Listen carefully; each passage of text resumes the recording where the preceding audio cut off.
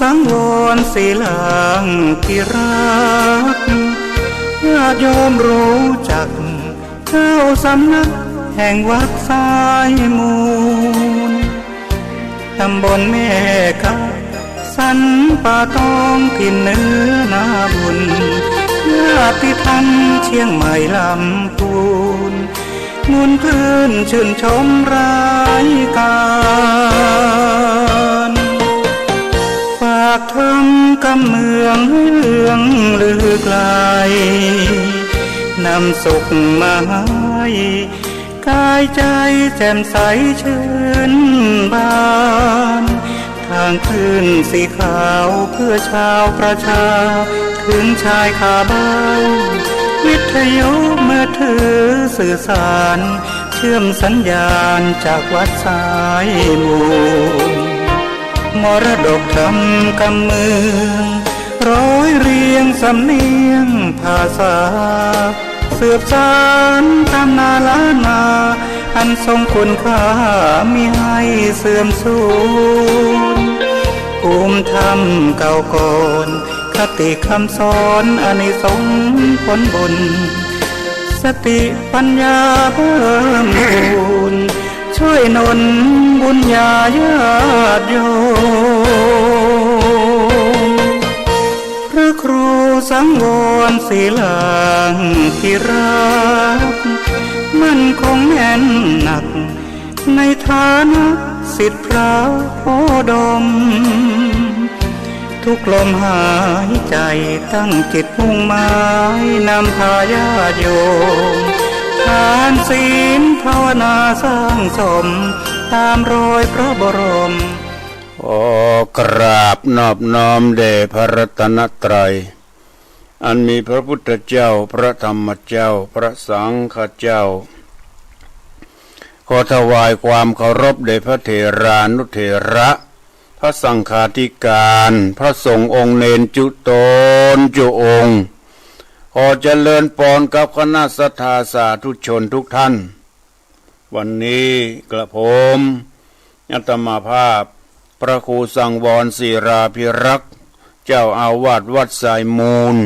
ตำบลแม่กาอำเภอสันป่าตองจังหวัดเชียงใหม่ก็ได้มาพบปะกับคณะศรัทธาสาธุชนทั้งหลายแถมครั้งหนึ่งถึงวันนี้เป็นวันจันทร์ที่4เดือนกรกฎาคมพุทธศักราช2565ซึ่งก็ตรงกับเดือน10เหนือออก6ค่ำรายการนี้ชื่อว่ารายการมรดกธรรมกำเมืองเทศนาอยู่ที่วัดสายมูลตำบลแม่กาอำเภอสันป่าตองจังหวัดเชียงใหม่เทศนาอยู่ที่วัดแล้วก็ส่งสัญญาณไปที่แม่ข่ายปักวัดปักตังเจริญผู้อำนวยการท่านพระครูอภิวัฒนวิกรมก็ได้ส่งสัญญาณกระแสสัญญาณไปตามสถานีวิทยุต่างๆสถานีวิทยุต่างๆก็ได้นำเอาไปออกอากาศคือกระปออกศรัทธาญาติโยมทั้งหลายได้รับฟังอยู่ณขณะนี้ต้องขอขอบคุณอนุโมทนาต่อน้ำจิตน้ำใจของเจ้าของสถานีวิทยุที่มีจิตเป็นกุศลได้นึกถึงคำสั่งคำสอนของพระสัมมาสัมพุทธเจ้าแล้วนำไปเผยแผ่ในทางสถานีวิทยุขอขอบคุณและอนุโมทนาเป็นบุญเป็นกุศลแก่เจ้าของสถานีวิทยุทุกที่ทุกแห่งตลอดถึงศรัทธาสาธุชนผู้ฟังทุกท่านได้เป็นบุญเป็นกุศลโดยการขอขอบคุณและอนุโมทนาอาตมาได้นำเอาพระธรรมเทศนาจาดกเรื่องเจ้าคำหยาดฟ้ามาเทศนาคือกระปออกศรัทธาญาติโยมทั้งหลายได้รับฟังมาตลอดบัดนี้มาจนถึงภาคที่10ของพระธรรมเทศนาจาดกเรื่องเจ้าคำหยาดฟ้ากุมารอยากจะขอทบทวนในตอนที่9หลังจากที่นอโพธิสัตว์เจ้าได้พักอยู่ที่ศาลา ก็มาก็มาเข้าไปในเมืองเมืองอยากจะออกเข้าในป่ามาก็เป็นเวลานานมาพักอยู่ที่ศาลาก็ค่อยไปแอวในเมืองแต่เนอหันเปิ้นเตียวกันสดซัดก็อยากจะไปในเมืองก็คิดว่าจะต้องไปในเมืองและได้ทราบข่าวว่าเปิ้นมีงานอาจจะเฉลิมฉลองในเมืองทีนี้ส่วนนางวิมาลาล่ะที่ได้ปัดได้ภาคกันที่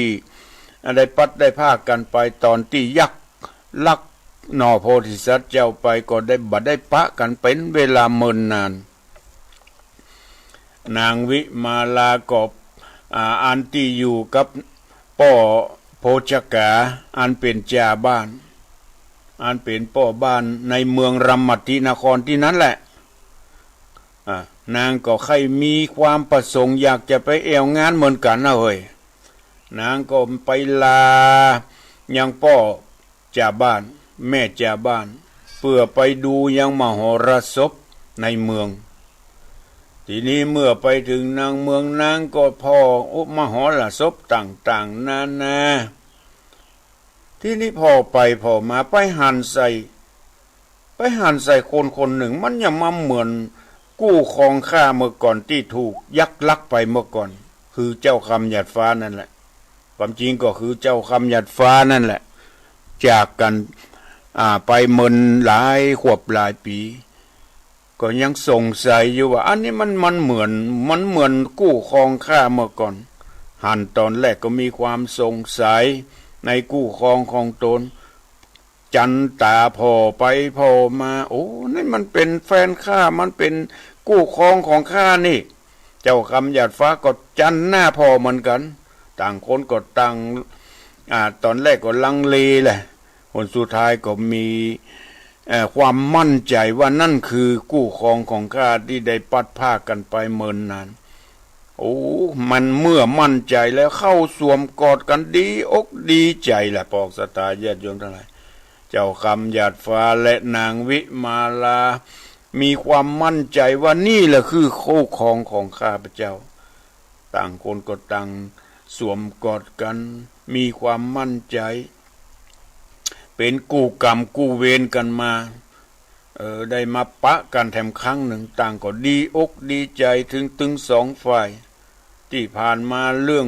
ต่างๆนานาก็ได้เล่าฮื้อกันฟังเป็นไปความเป็นไปเป็นมาที่ถูกยักลักไปอยู่ในถ้ำอย่างอันอย่างอีนางก็ได้เล่าว่านางก็ไปอยู่กับป่อที่อยู่ในป่อโพชกาประจาบ้านในเมืองนี่แหละ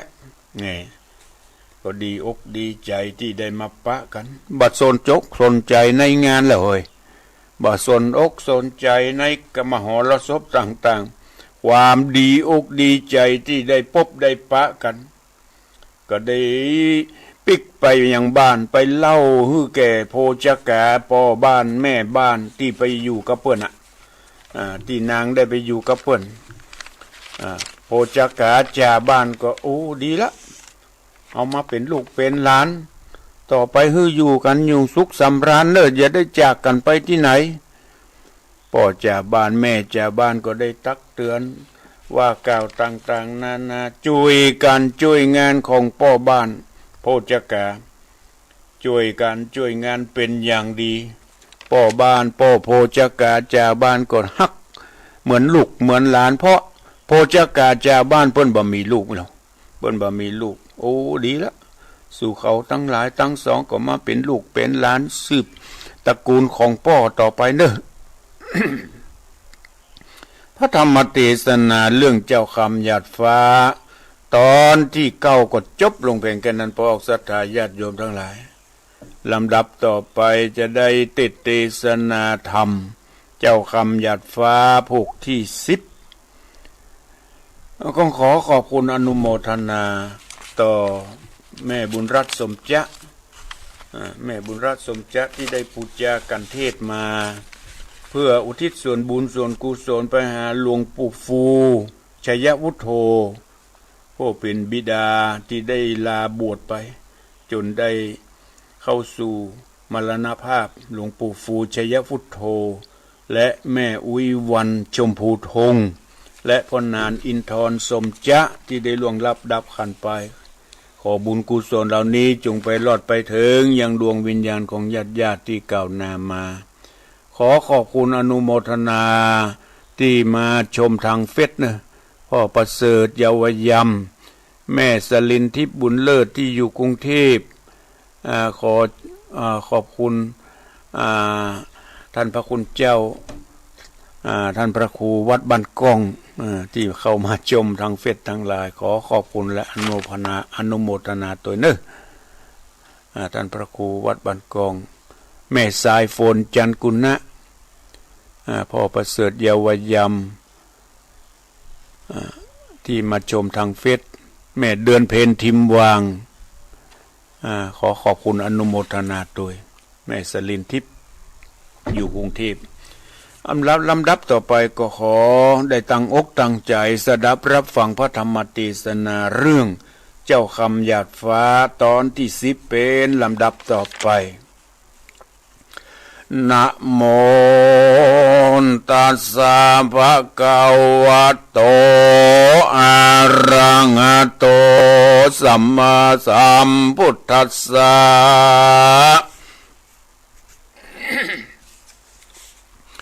เอกันติวสังนาการะวาสิโนภรายะวันนังกันตุงอรัมปากเทเสสันทโวดุราสัพปุริสะตั้งหลายตั้งยิ่งใจหนุ่มเทามีศรัทธาเก้าเป็นประธานต่างก็มีใจบานชื่นจ้อยย้อนไฟห้อยผาธนาใครไกลกลาไปรอดเวียงแก้วยอดมหาเนรปานจริงปากันฮื้อตานบอกขาดคือใส่บาตรแก่พระภิกษุสามเณรรับศีลดวงใส58ได้โกดแขวดรักษาปากันมามวลหมู่พร้อมหน้าอยู่ฟังธรรมจุงดาจำติดต่อตามบาทคอบทอาบาลีลำดับไปแน่บัดนี้เด็ดเตอเอกติวสังยังมีในวันหนึ่งคนน้อยใหญ่ยิ่งใจชาวบ้านต่างหลายมวลหมู่ต่างกล่าวอู้จากกันว่ารอดถึงวันพุ่งเจ้าจักพากันเข้าไปในดงนาเพื่อหาผาลาลูกไม้มีบ่อไรในดงฮื้อเอาอาหารข้าวน้ำสัพพะเจียงจีนนำไปกินในป่าตามใจกว่าของไผ่มันคนเนืองนั้นสะสู้เขามวลหมู่ยิ่งใจต่างคันนิ่งหมายเอาไว้ว่ากันได้ลูกไม้หลายหลามอันมีในดงรามป่าเศร้าจักเอามาฮื้อลูกเต้าเลนหลานกินอิ่มบานเต็มใจฮื้อเหลือเต้าใดมีอยู่จักนำไปสู่ยังกาดแลกเงินบาทคำขาซื้อวัฏฐาเสื้อผ้าต่างเครื่องงาอลังการหรืออาหารข้าวน้ำของใจพร่ำตามมีส่วนหนอมุนีหนุ่มเนาเมื่อได้ยินข่าวเล่าถึงหูว่าเขาจักไปจูจ่าบานเพื่อเสาะไสหาของก็มีใจป่องจักกว่าไข่สอดป่าดงรีก็ไขว่าตีโอกาสบอกนางน้องนาฏวิมาลาฮื้อดังดาเขาห่อเขาเอาไว้กินต่อตามในต่างในดงขวางป่าไม้บดใจใกล้เมืองคนนางตามมนนอนเนาฟังผัวเจ้าไขปานก็รีบไผผ่านแต่งหางยังของหลายอย่างต่างๆนานาอันจักดาไว้กินไว้ใจยามเข้าป่าไม้ดงดาน การว่าของบัวรำมวนการเมียนแล้วเจ้าหนอกเกี้ยวก็บดจ้าเอาถุงห้อยบ่าเร็วไว้บัดเดียวแล้วจะเหลียว แล้วจะเหลียวเก่าถอยบอกนางยอดซ้อยวิมาลาว่ากันปีไกลกลาไต่เต้าเข้าป่าเศร้าดงตาลหาหัวมันลูกไม้กันหาได้บดจ้าจะรีบกว่าปิกขึ้นมาจุงอดรออยู่ทากับปู่ป้าตั้งสองอย่าขี่มองเอาไม้จักหาลูกไม้และหัวมันนำมาปั่นยื่นต้นฮือเกณฑ์นางน้อยอ่อนโรรานางบุญนายอดซอยก็กล่าวถ้อยกำปายว่ากันสายใจพี่เจ้าจักไต่เต้าดงตันหาหัวมันลูกไม้จุงมีจุกใหญ่ตีคาได้ผาลาหัวหมากตั้งหัวจวกหัวมันปันได้ผันปิกคืนสู่ในที่อยู่เกหานเด็ดเตอกันว่ากาละยามดีมาควายคนน้อยใหญ่ยิงใจต่างก็ผ่านผายมวลหมู่พร้อมหน้าอยู่เตียวไปนอดจอมไตรยอดซอยกดตัวยคนใหญ่น้อยภายผ่านเสียงเนืองนั้นอดเอากันไปรอดป่าเศร้าดงหนาต่างก็เสวงหาลูกไม้มีบ่อไรในดงพองก็เล่นลงหลายแหล่มีจุกแง่ดงรีคือหมากไฟมีห้อยย้อยหมากเฟืองห้อยลายหลามหมากม่วงงามหลามลู่พองเล่นอยู่ถมทองพร้อมก็หล่นอยู่ถมทองหมากกับตองยายหยาดรถสมฝาดสอยลอยแต่งลายดอยลูกใหญ่กล้วยติ้นใส่สามมันตับเต้าหวานใจจ้านมแมวป่าแดงพองคอเล่นแฝงกิมอากินส้มสุกบ่ล่มกินฝาดหน่วยหมากหาดกินโคมหน่วยหมักยมหลายแหล่มีจุกแง่ดงดานหมากแกว่นฟานใจไฟลูกบ่ใหญ่พอดีเต้าแต่งมีจุบ่อนหน่วยอยู่ซ่อนปอมบายบาขามป้อมใส่ลูกน้อยยายหยัดถอยตามต่างหน่วยหมักสร้างยายที่มีจุที่ดงดอนจุมเห็ดหอนผักไม้เขาหาได้หลายอันก็ปากันตึงหมู่จิตจักขึ้นสู่เกหาก็ไกลกลาไต่เต้าตามตังเก่าดงรีหนอมุนีนุ่มเนาคือว่าเจ้าคำหยาดฟ้ากุมารก็ดันดงดานปิกขึ้นสู่ตัวหมู่คนตั้งหลายยิงใจเตียวผ่านภายจะใจก็ไปหันใส่ไม้ใหญ่รุกขายามตาวันดาเตี้ยงค้อนแดงแสงแดดร้อนเผาลนหนอทัศปนยอดซอย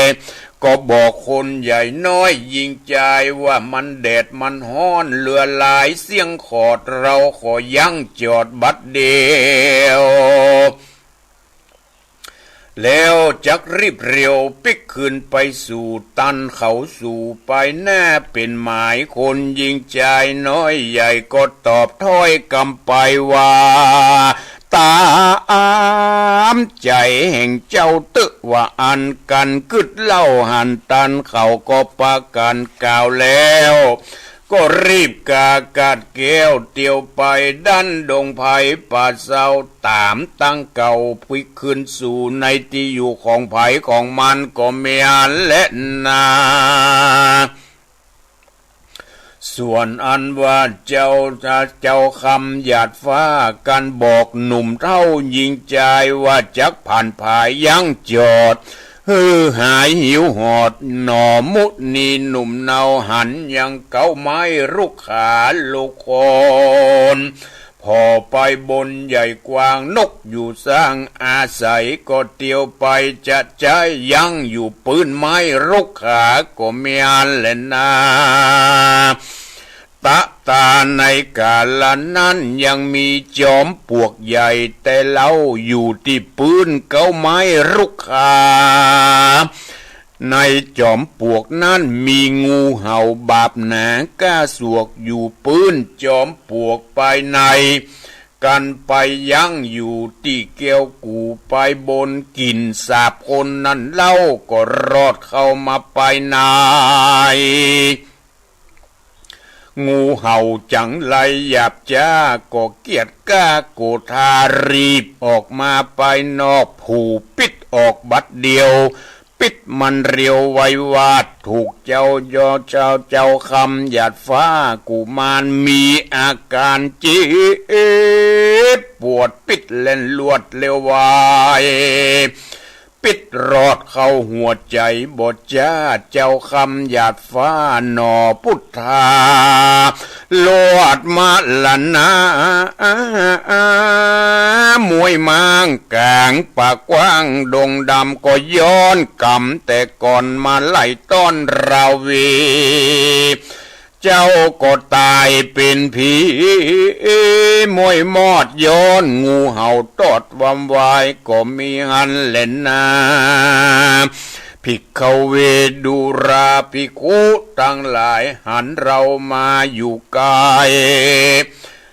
เป็นตนเป็นสายอริยเจ้าทุกคำเจ้าภาวนาอันว่าตนเราราชาติก่อนเกิดอยู่บ่อนเมืองโค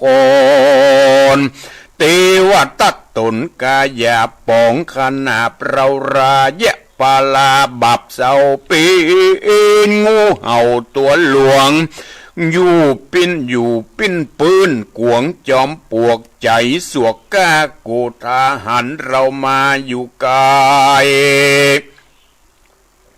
ก็ผูปิดใส่ตนเราจิบเบาๆหลายแหล่ลวดลมแผ่มรณาอันวัตเทวตัดบาปนาหยาบร้ายกำตอบสายเราวี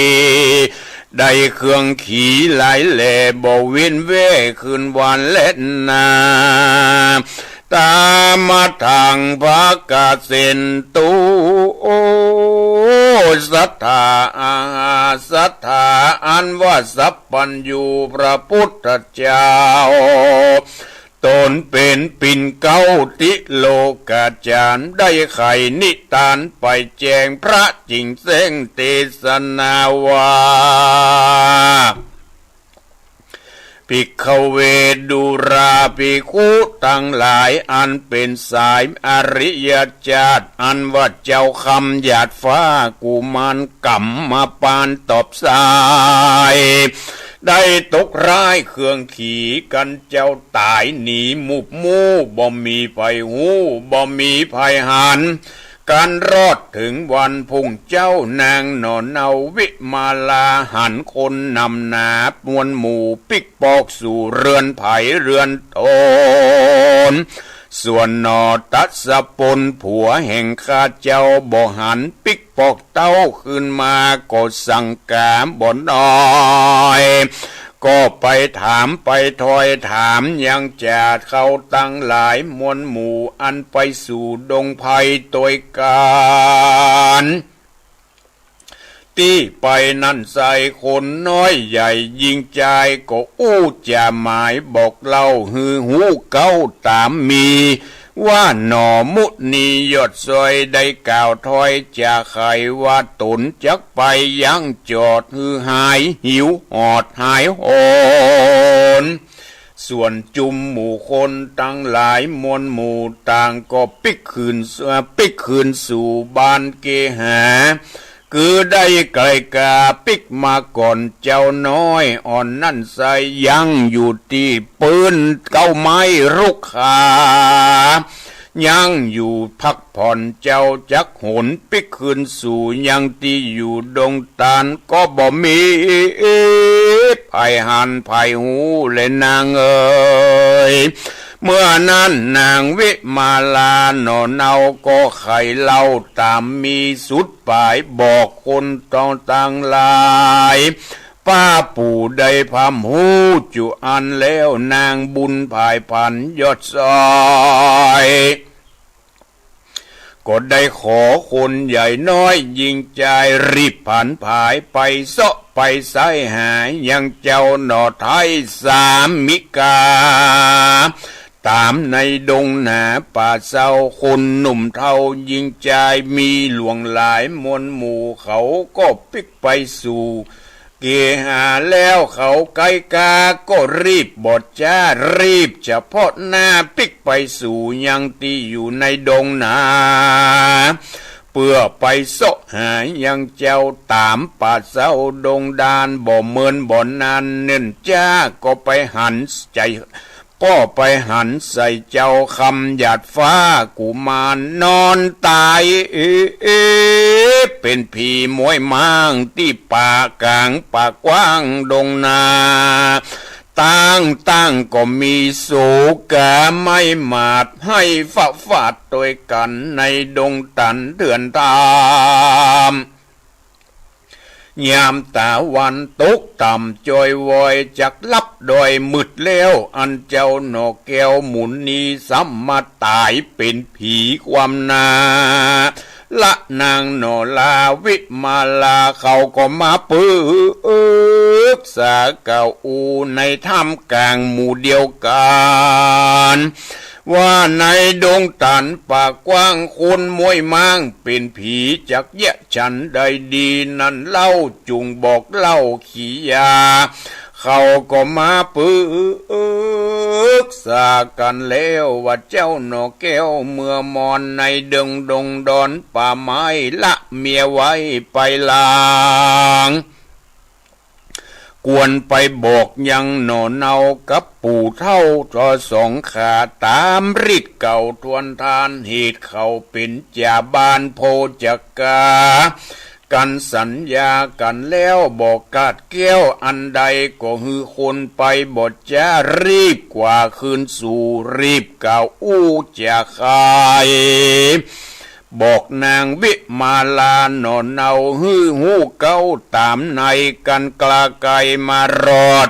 ถึงยังแก้วยอดวิมาลาก็ใครจะบอกเล่าตั้งแต่เก้าสุดไป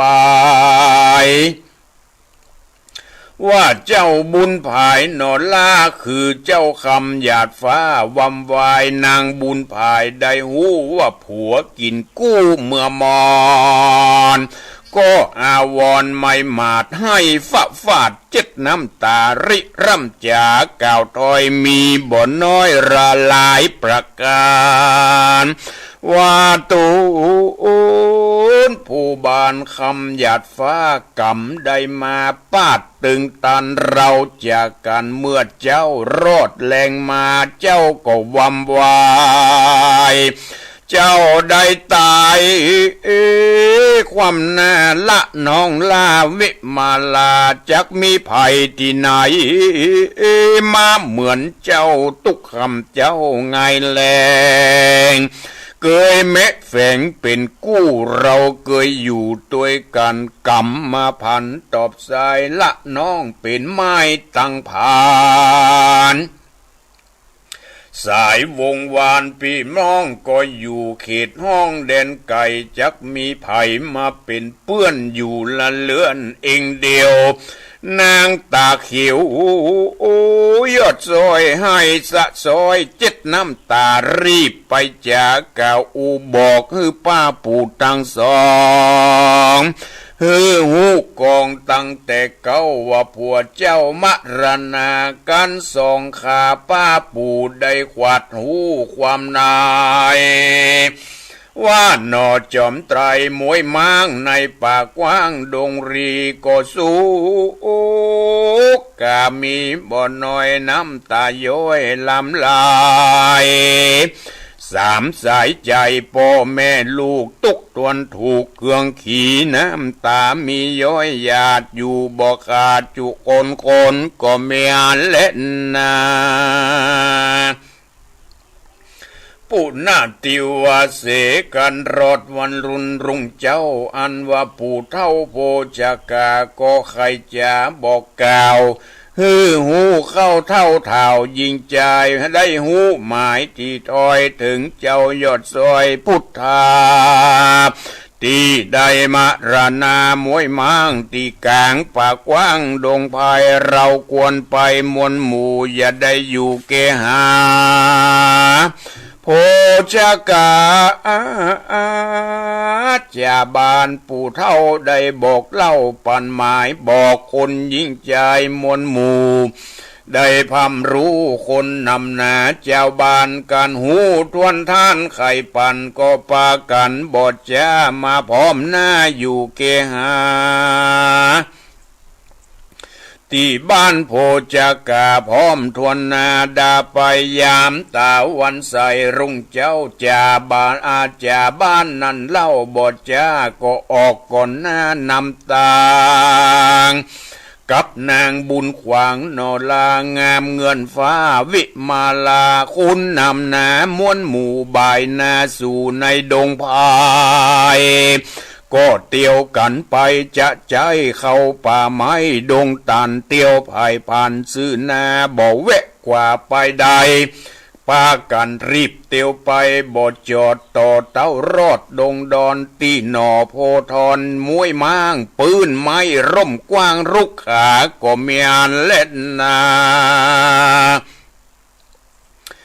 ตะตาในกาลนั้นเล่านางหนอเนาวิมาลากันไกลกลารอดแล้วติเจ้าหนอแก้วผัวควันอุกเป็นควันไม่เอาเข้ากอดเล่าบุญจูก็หันรอยงูสับตอดรู้ว่าผัวเจ้ามวยมอดวำวายก็เพราะงูตอดหดตายนางก็สยุบตายความนาตีกลางป่าญารมคาคุณนาหนุ่มเท่าหันนางโนนเนาล้มตาวก็ปากันฟังเฝ้าไก่กาเอายามาบดจ้าใส่ปากนอนล่ากืนกินพ้องก็รินน้ำมาหดพร่ำตามตัวพับรอดหัวนอนเนาบ่เมินบ่นานเล่าก็ปิกฟื้นลุกขึ้นมึนตานางก็กล่าวกะถาว่าอาหา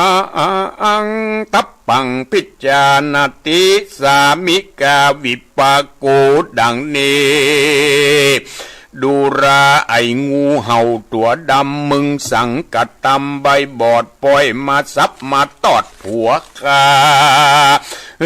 ความน่าเป็นพี่ตูดเขามีสังพ่องจุงจีจ้องจะขายเมืองจังไรหยาบจ้ากระตำบาปฮึกหนานางจะให้อยู่จะใจปุ่นวอนว่าตนผู้ทอนเหยผัวคามาตายความนาดับขันหรือว่าบาปผันตอบสายหรือตกร้ายเป็นไปมันเป็นกรรมเป็นเวรแต่ก่อนมาไล่ต้อนต่อตำงูเห่าดำหยับจ้าตอดผัวคาตายไป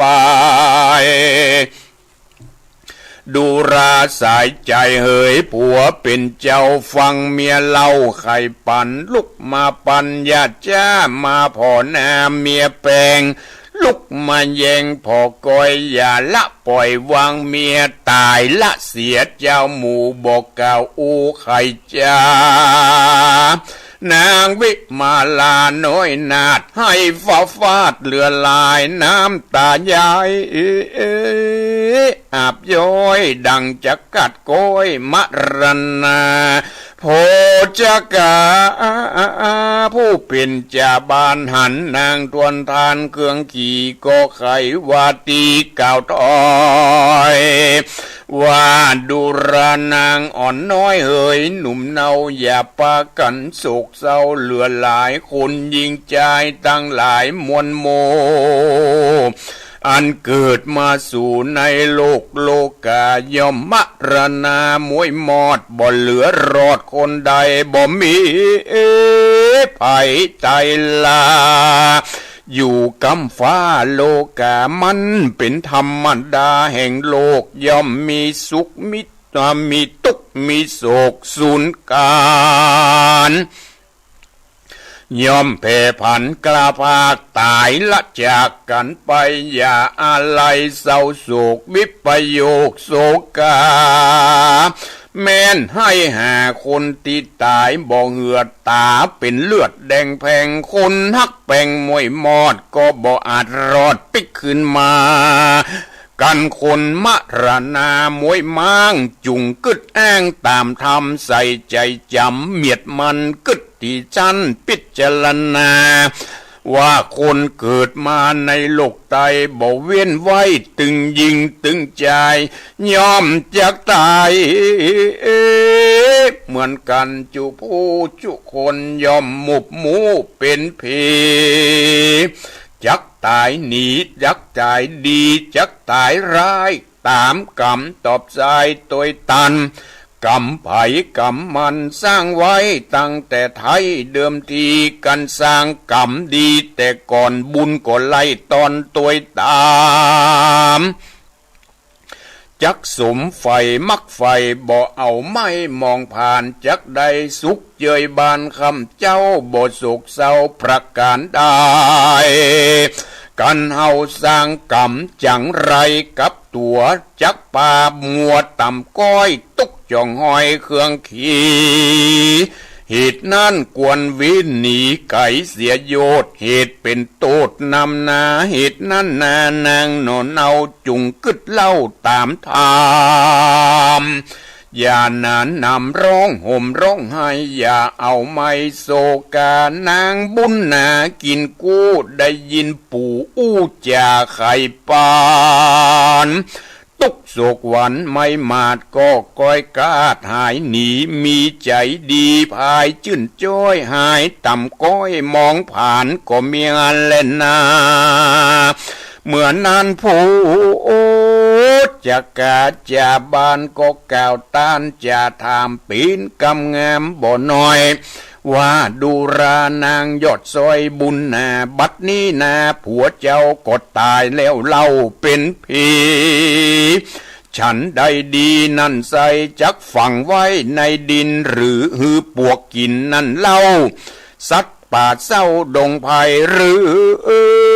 จักเอาไปฝังในป่าจ้าเอาไปเผาแก้เผาโลนหรือจักเอาตนน้อยนาดใส่ยังแปรขาดไหลน้ำจุงกึดพรำขี้ยารีบใครจะบอกเล่าฮือหูเก้าความในนางสายใจยอดซอยกึดขาคอยพิจารณาก็ไขจะโอกาสว่ายามเจ้าน้อยนาดบุญนา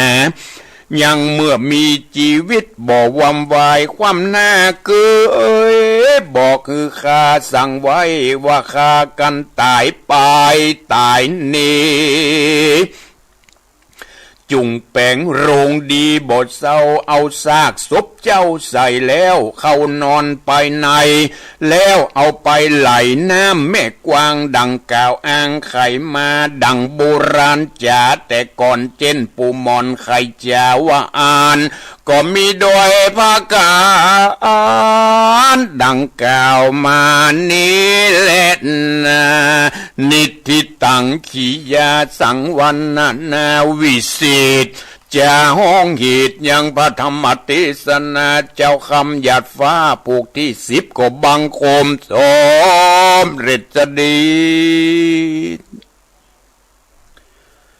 พระธรรมเทศนาเรื่องเจ้าคำหยาดฟ้ากุมารตอนที่10ก็ได้จบลงไป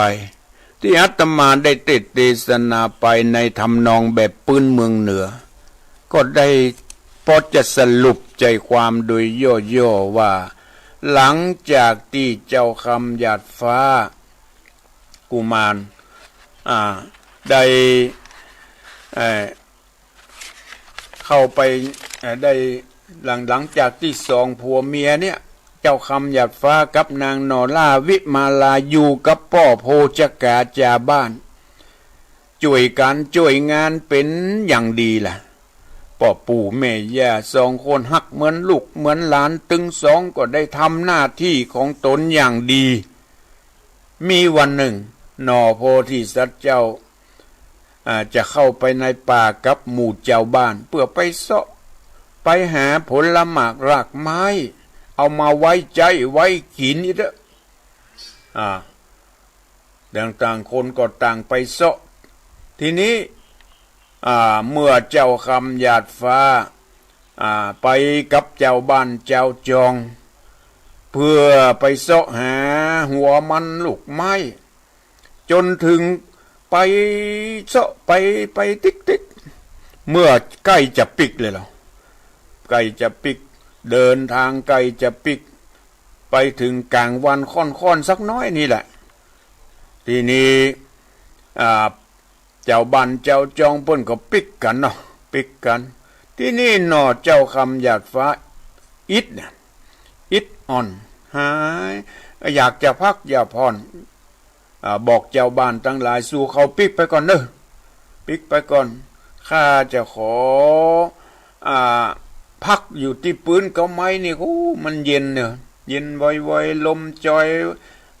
ขอพักก่อนเดี๋ยวข้าจะตุยไปเมื่อเจ้าคำหยาดฟ้าบอกเกศเจ้าบ้านเจ้าจองตั้งหลายสู่เขาไปก่อนเนอข้าขอพักนี่ก่อนเจ้าคำหยาดฟ้าก็เอนนอนอยู่ที่ปืนเขาไม้ก็แล้วก็ก้อยลับไปเอาไว้ลมจอยก็ลับเย็นจอยว้อยลับไปในขณะที่เจ้าคำหยาดฟ้านอนพักผ่อนอยู่นั้นใกล้ปืนเขาไม้นั่นนะก็มีจอมปลวกใหญ่อยู่จอมปลวกเก่าอีกนะมีงูปิดอยู่ในงานงูปิดตัวนั้นก็คือถ้าเราจะว่าไปก็คือเจ้าเทวทัตกอยล้างผ่านหน่อโพธิสัตว์เจ้ามากูเจนกูจาดอีเตอในขณะที่เจ้าคำหยาดฟ้านอนหลับอยู่งูปิดได้สาบ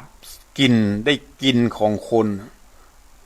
ก็เลยออกมาผู้ปิดคบยังเจ้าคำหยาดฟ้าจนนอโพธิสัตว์เจ้าสิ้นใจตายในกลางป่าคนเดียวบอกสตาญาติโยมทั้งหลายทีนี้เมื่อเจ้าคำหยาดฟ้านอนตายอยู่ในกลางป่าเมื่อคนทั้งหลายเปิ่นปิกมาปะตกปัดเสียงแน่จนพอค่ำพอมืดก็บ่หันยังเจ้าคำหยาดฟ้าปิกมาเจ้าบ้านเจ้าเมืองไปด้วยกันเปิ้นก็ปิกมาปัดตกปัดเสียงที่นี้พวกเมื่อเจ้านะมันค่ำมันมืดแล้วเนาะพวกเมื่อเจ้านางก็ไปถามคนตั้งหลายว่าเดี๋ยวเนี่ยผัวข้ายังบ่ปิกมาผัวข้ายังบ่หันปิกมาก็ไปด้วยกันสู่เจ้าทั้งหลายไปด้วยกันบ่ใช่กะหมู่เขาทั้งหลายก็ได้บอกว่าข้าก็ปิกมาตั้งแต่เมื่อค่ำวานแล้วนี่นางยังเจ้ายังบ่ปิกเมื่อเถอะกะเจ้าคำหยาดฟ้านางวิมาลาก็มักเป็นกำกึดกำอ่านก็เลยบ่ฮู้อีหยังใดขอหมู่เจ้าบ้านทั้งหลายที่เคยไปด้วยกันสู่เขาฮู้ที่หนทางไปสู่เขาฮู้ที่หนทางขอตัวไปติดตามยังเจ้าจะคำหยาดฟ้าหน่อยเหรอป่านนี้ค่ำคืนแล้วยังบ่หันมาเตื้อแน่พร้อมโดยโจติกาปิกไปหายังเจ้าคำหยาดฟ้าเขาหูต่างหรอกเจ้าบ้านรีบไปที่ยังเจ้าคำหยาดฟ้าพักหูหันเจ้าคำหยาดฟ้านอนหมดสติไปห้องอย่างไรก็มาเป็นว่าตายแล้วตายที่ปืนเก่าไม้ช่วยกันมาได้ละบัดได้ช่วยบัดได้ละสิ้นสตินางวิมาลาหันผัวเจ้าตายอย่างอันตกอกตกใจหมดสติตายลืมไปเลยนางหมดสติช่วยกันบีบช่วยกันนวดยังนางได้สติปิกขึ้นมาร้องงมร้องไห้เสียอกเสียใจรำพึงรำพันต่างๆนานาว่านาเจ้ามาละคาเป็นไม้พ่อโจติกาก็เตือนว่าอย่าได้โศกเศร้าเลยนาง อย่าได้เสียใจถึงความตายอย่าได้ตกใจอย่าได้โศกเศร้ามันเป็นธรรมดาของสัตว์โลก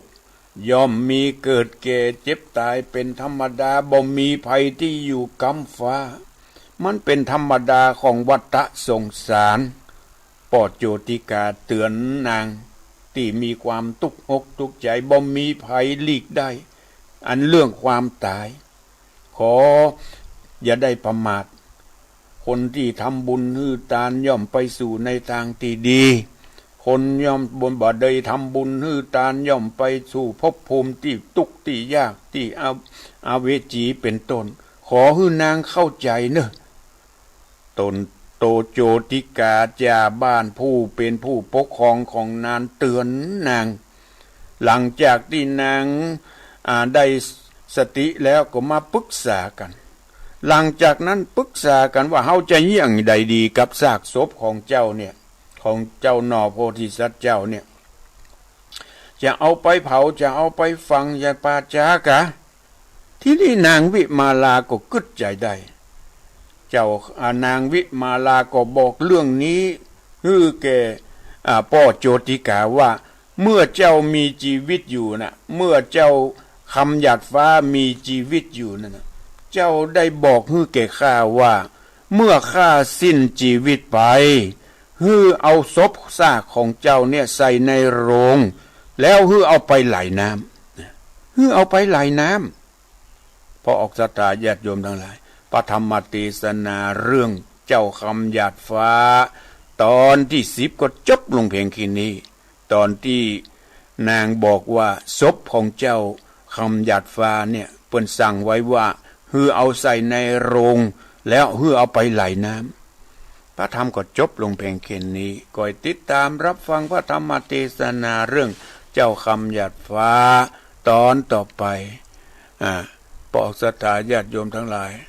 เวลาที่เหลือนี้ก็ขอขอบคุณอนุโมทนาต่อศรัทธาที่เข้ามาชมทางเฟซทั้งหลายเนี่ยสเวทโกกธรรมแม่เดือนเพ็ญทิมวางทำหน้าที่ดีที่สุดที่มาชมทางเฟซทั้งหลายเนี่ยขอขอบคุณและอนุโมทนาสเวทโกกธรรมอยู่เมสอดปนอมกันทวงศ์สายแม่สายฝนจันกุณะวัดบันกองท่านพระครูประเสริฐเยาวยมพวกศรัทธาญาติโยมทั้งหลายวันพวกนี้วันที่5ทางองค์การบริหารส่วนตำบลแม่กาและวัดสายมูลคณะศรัทธาวัดสายมูลจะได้ทำพิธีหล่อเทียนพรรษา15เล่มวันพวกนี้ใครมีโอกาสก็เชิญชวนนะไปที่อยู่ใกล้อยู่หิมอยากจะมาร่วมหล่อเทียนเริ่มเวลาบ่าย2 โมงเริ่มเวลาบ่าย2 โมงของวันพวกนี้วันอังคารหล่อเทียน15เล่มเพื่อนำไปถวายแก่วัดต่างๆในตำบลแม่กา14หมู่บ้าน14วัด14วัดก็ขอเชิญชวนศรัทธามาร่วมพิธีหล่อเทียนอานิสงส์ของการหล่อเทียนทำให้เกิดสติปัญญาเหมือนแสงสว่างของแสงเทียนด้วยอานิสงส์ของการถวายเทียนพรรษาก็ดีถวายหลอดไฟก็ดีทำให้เกิดสติปัญญาเหมือนแสงสว่างของเทียนทำให้เจริญด้วยมิตรด้วยบริวารด้วยลาภยศสรรเสริญเป็นที่ฮักของหมู่มนุษย์และเทวดาทั้งหลายทำให้คลี่คลายในเรื่องราวต่างๆปัญหาต่างๆที่ร้ายๆจะกลายเป็นดีเนี่ยด้วยอานิสงส์ของการถวายเทียนพรรษาถ้าเราได้ทำด้วยตนเองก็เป็นการดีที่สุดดังนั้นเชิญชวนศรัทธาสาธุชนทั้งหลายที่อยู่ใกล้อยู่หิมวัดสายมูลช่วยหล่อคนละเล็กคนละน้อยคนละก๊อก2ก๊อกถึง15เล่มที่15เป็นของคณะศรัทธาวัดสายมูล14เล่มเป็นขององค์การบริหารส่วนตำบลเพื่อนำไปถวายวัดต่างๆใน14วัดนึงพอออกศรัทธาญาติโยมทั้งหลายมีโอกาสเสียสละเวลามาเล็กน้อย เพื่อมาร่วมพิธีหล่อเทียนพรรษา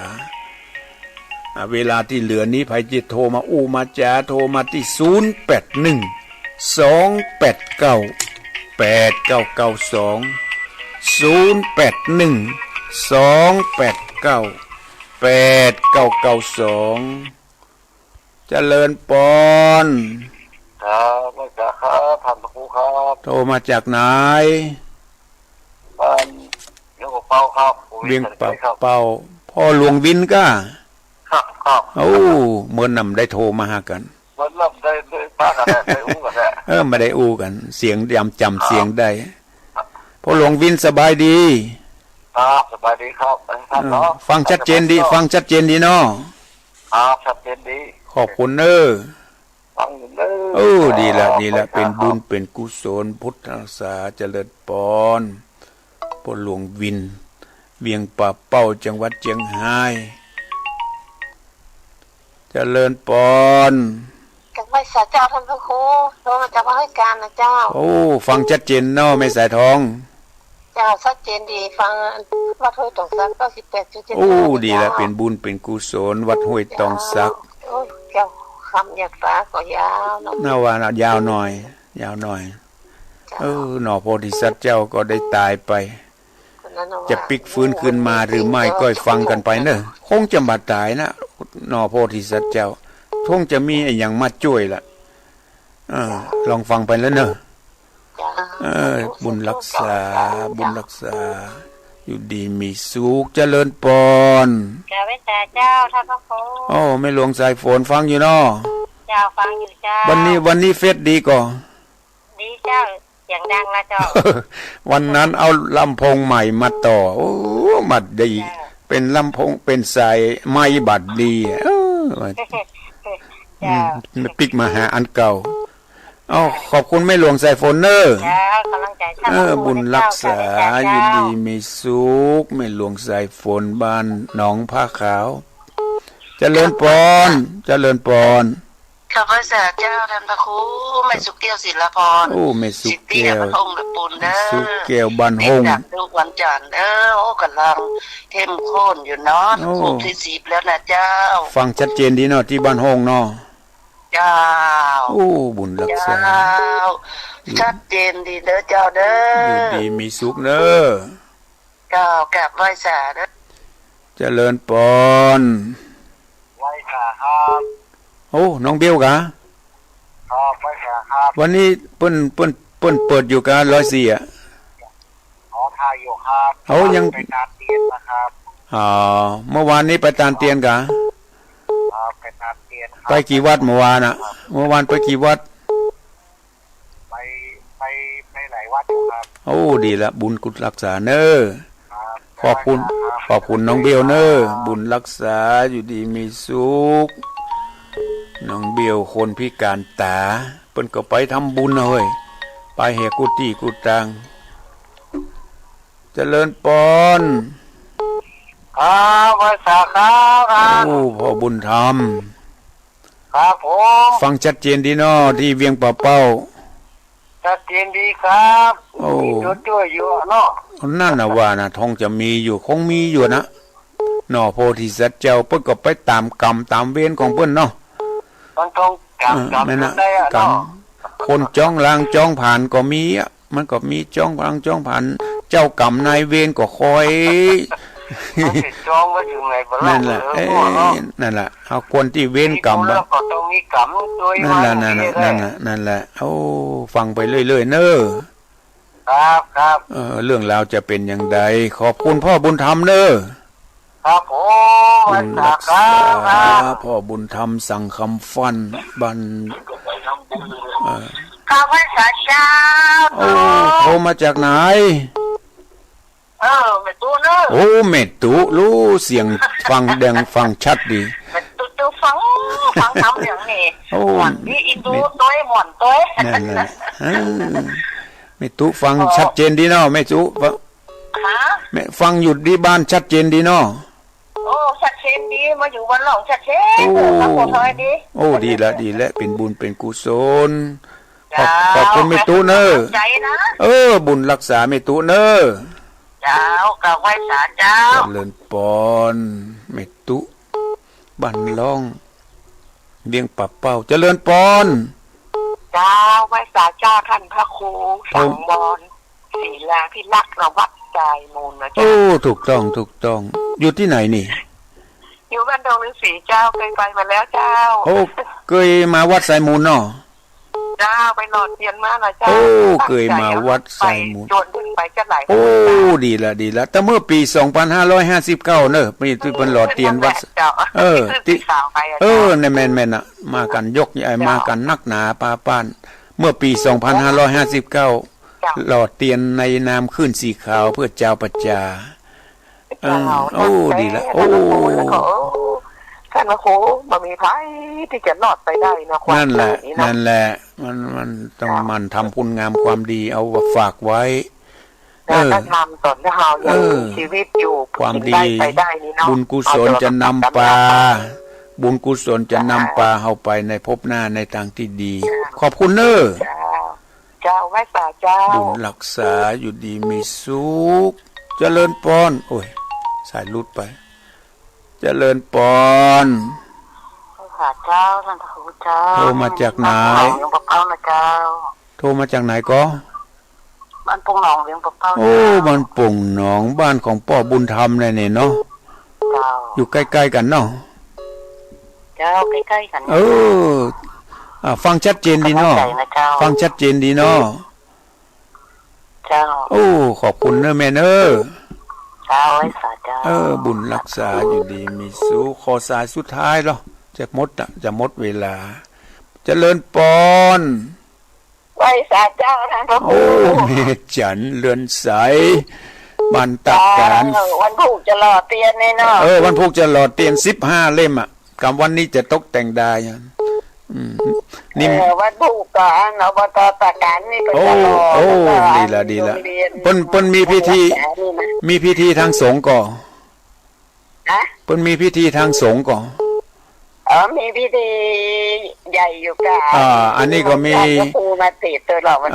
ผูก พรุ่งนี้จะมีการเจริญพุทธมนต์ก่อนที่จะรอมีพิธีทางสงฆ์ตัวมีอย่างเดียวกันนั่นน่ะอย่างเดียวกันเนอะดีละบุญรักษาเนอะแม่จันเนอะอยู่ดีมีสุขขอสายสุดท้ายแต่เจริญปอน รับไว้สาเจ้า โทรมาจากไหนแม่สงจันทุราบ้านลำปางเลยลำปางพอเมืองจังหวัดลำปางฟังชัดเจนดีเนาะชัดเจนดีดีแล้วขอบคุณเนอะแม่เนอะบุญรักษาอยู่ดีมีสุขมาจ่วยเนาะดีละมาจำพมีบัดจ่วยแน่แม่ฟังตลอดอาตมาได้ใจเวลามาพอสมควรขอลาไปก่อนเนอะก่อนที่จะจากไปก็ขออำนวยอวยพรให้กับพระออกศรัทธาญาติโยมทุกท่านจงได้อยู่ร่มเย็นเป็นสุขในพระบวรพุทธศาสนาก็ขอทุกท่านจงมีอายุวันนะสุขะพละเหมือนกันจุกูจุโคนอายุวันโนสุขังพละ